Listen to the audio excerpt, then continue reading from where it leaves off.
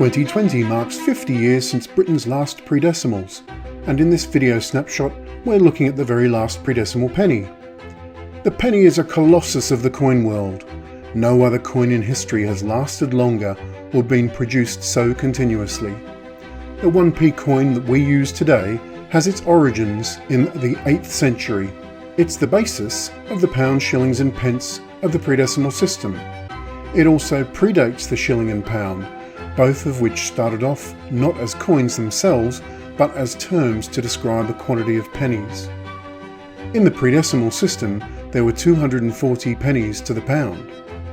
Most of us today know the penny as a small copper-plated steel coin, but if we roll back to the pre-decimal era, it was a large and far more impressive bronze coin. And if we reach further still, then it was a silver coin. In fact, the penny was a silver coin for far longer than it was bronze. Introduced in the 8th century, it was virtually the only coin in the British Isles for around 500 years.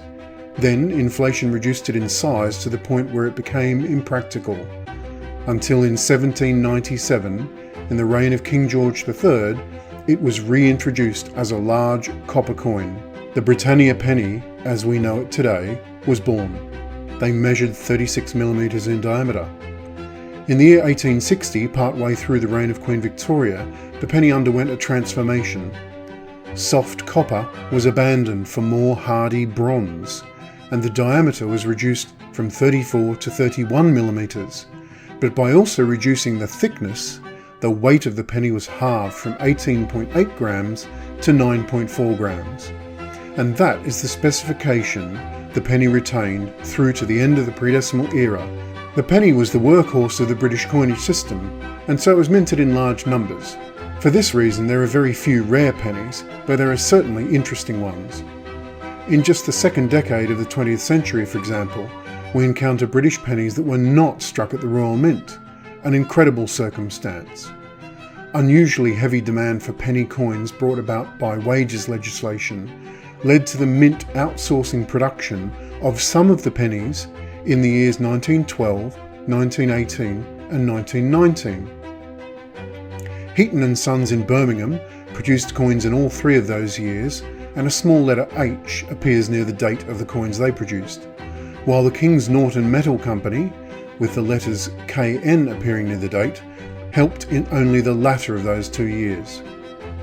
Another interesting year date is the first penny of Queen Elizabeth II's reign. In 1953, there was no need for penny coins in circulation. Some large post-war mintages had satisfied the needs for currency.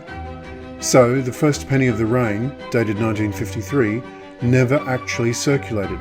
It was minted only for inclusion in souvenir coin sets of the coronation. In fact, the first penny of Queen Elizabeth II's reign to be minted for circulation wasn't until the year 1961, 8 years into the reign. I hope you've enjoyed this snapshot look at the pre-decimal penny.